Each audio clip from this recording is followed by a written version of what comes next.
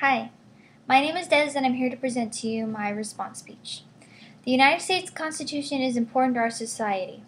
It is the supreme law in which all humans must follow.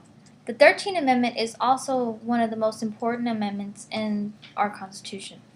It officially abolished and continues to prohibit slavery anywhere in the U.S. My editorial ties together the 13th Amendment and human trafficking since they both have to deal with slavery. The editorial is against human trafficking and points out the laws and the protocol that has been made to try and stop it. I agree with my editorial that human trafficking must be stopped, but it failed to point out some issues dealing with this type of slavery. I will discuss my main claim, which is the policy present to the editorial, the two subclaims on why the policy is not put into effect in some countries, and the support and evidence that pertain to my case.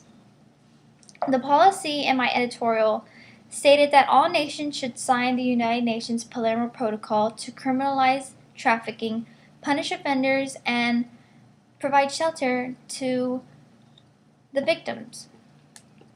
Those countries that have not passed laws to criminalize trafficking brings me to my first subclaim on what human trafficking really means.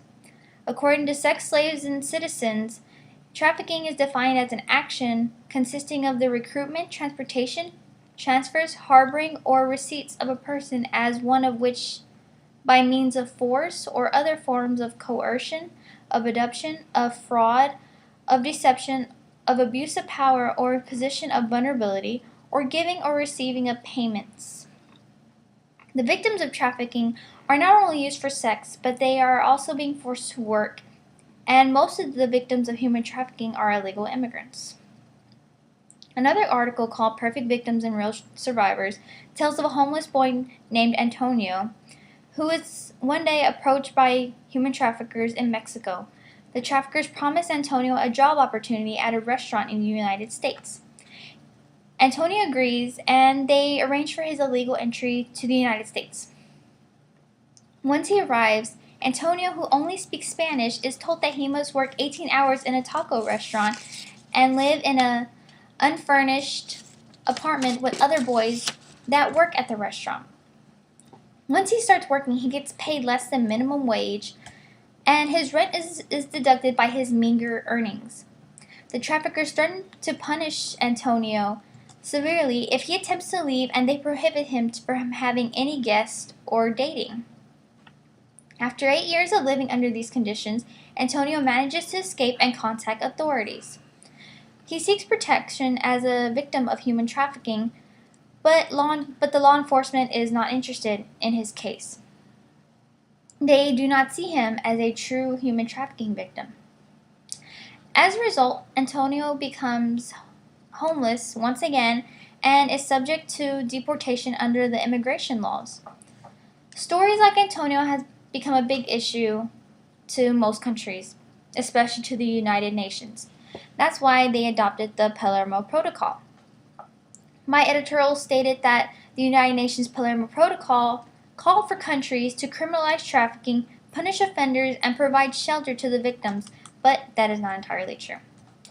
In another recent article called Developing Better Indicators of Human Trafficking, the UN defined the human trafficking as the smuggling of immigrants, rather than it being about sex or work labor. It stated that the Palermo Protocol is not a human rights instrument, but a kind of instrument that called for countries to strengthen its border controls to protect human trafficking and smuggling.